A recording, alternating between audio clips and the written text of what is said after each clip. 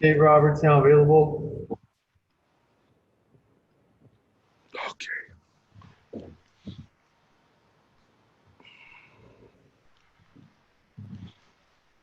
First question's from Alanna Rizzo. Go ahead, Alanna.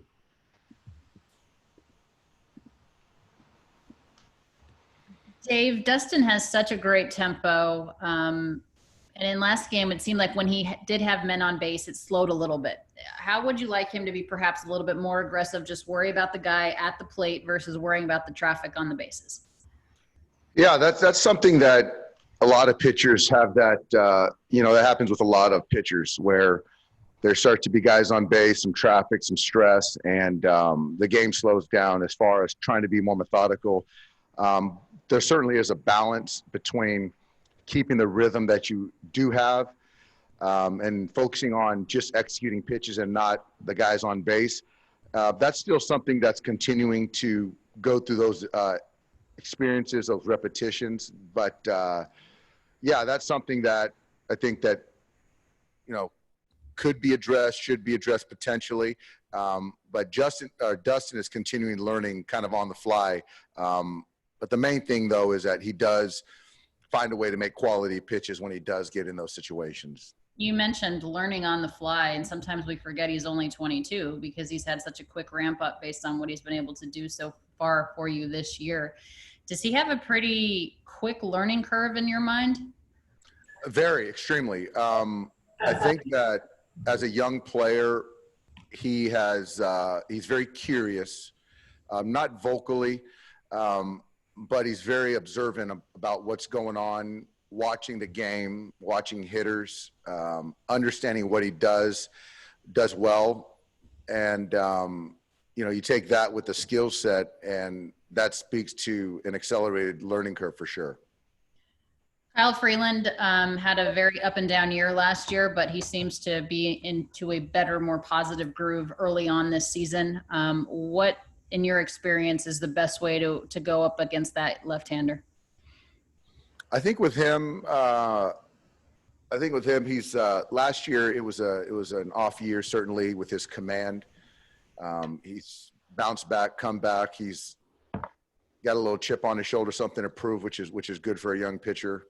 But I think for us in the batter's box, just staying aggressive in our zones, because he'll throw the cutter, the changeup, and so he pitches to both sides of the plate. So I think it's just for us to just kind of be stubborn in the zone, because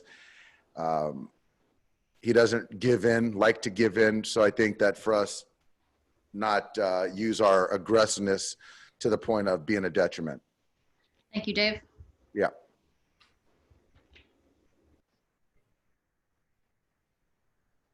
Next question from Rowan Kavner. Go ahead, Rowan. Dave, we talked about McGee's velocity going up, and it looks like Caleb Ferguson's has as well in the early going. How much do you attribute his success so far to that versus just maybe something else, or the way that kind of slider cutter mix has been able to play as well so far? So you're talking about Caleb and who?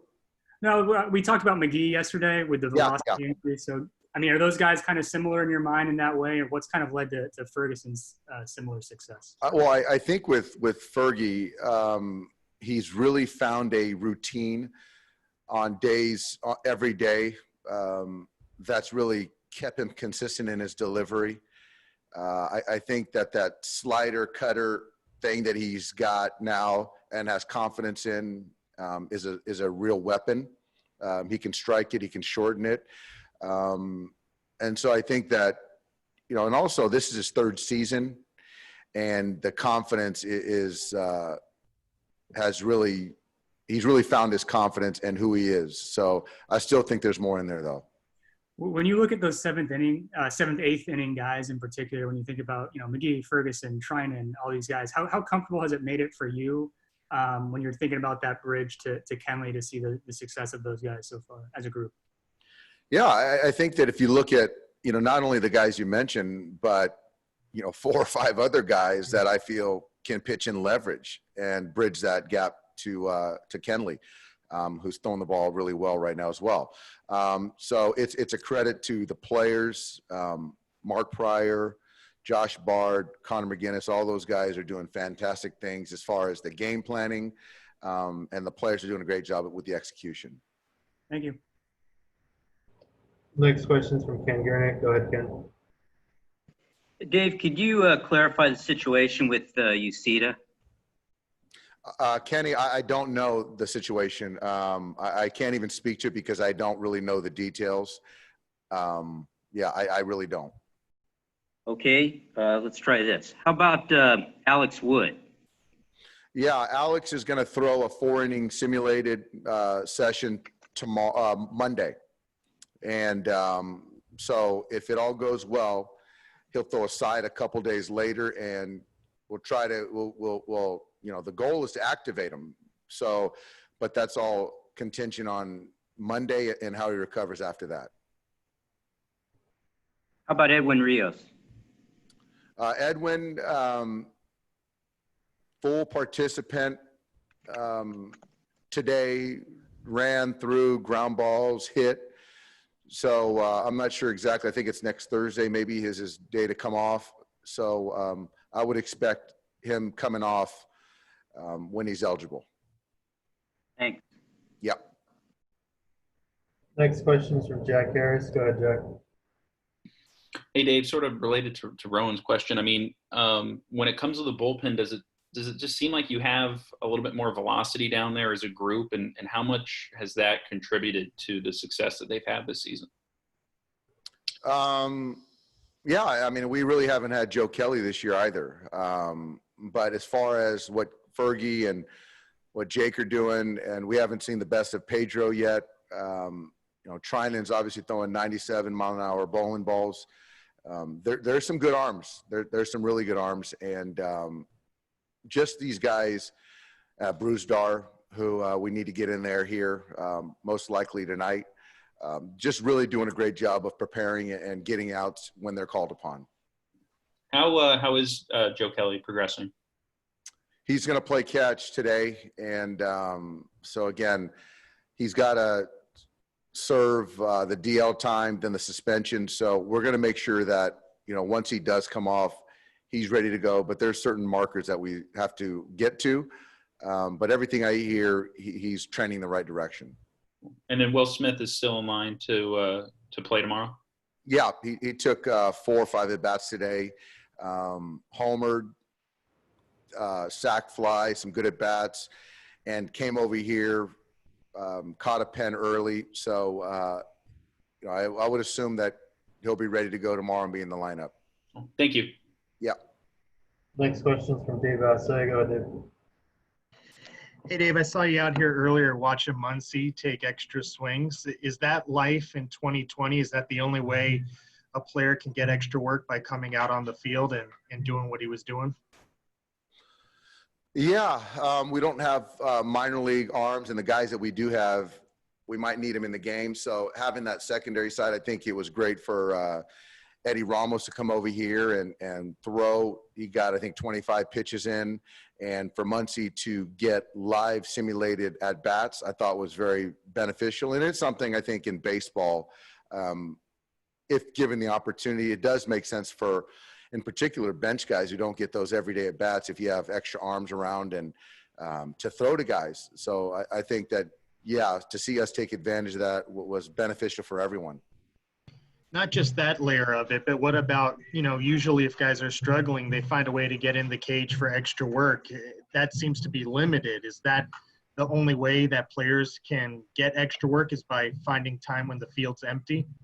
No, not necessarily, because we still hit in the cage a lot.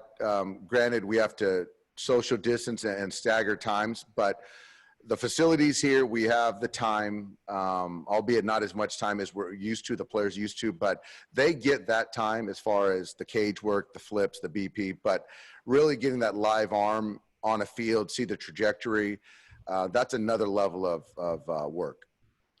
And just finally on Muncy, do you feel like it's mechanical, or do you feel like he's not – I don't want to use the word guess, but it's about guessing to a certain extent what pitch is coming? I think it's a combo. I think at times it was more of trying to think along with the pitcher.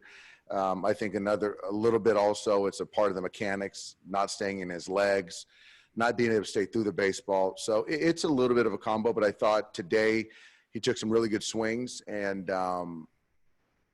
Max will be fine. Thank you. Yep. We got one final question from Bill Plunkett. Go ahead, Bill.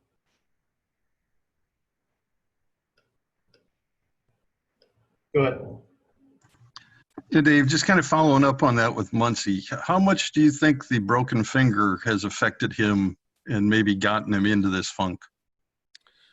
I think that's part of it too. To have a broken finger, to not being able to get to balls on the inner part of the plate, to fire on them, there might be something to that. Typically he really handles the ball close to him really well. This year, not as much.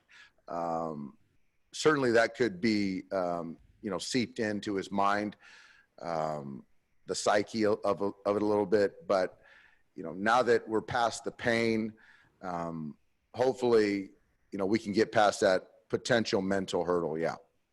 The common theme among your three left-handers who are struggling, Bellinger, Peterson, Muncy, do you see one? I think they're all different, but I think the result is a lot of pulled balls on the ground.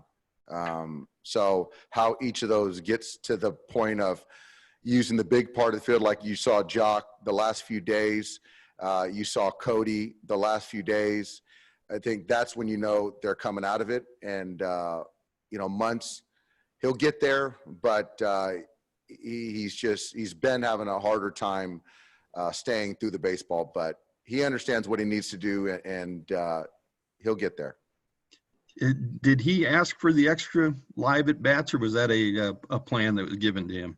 That was more driven by Max, where you get, like we talked about earlier, is you can get all the cage work you can, but to essentially see 25 live pitches, fastball, changeup, and to get that game mindset, that game speed, I think he felt would benefit him, and I think it did.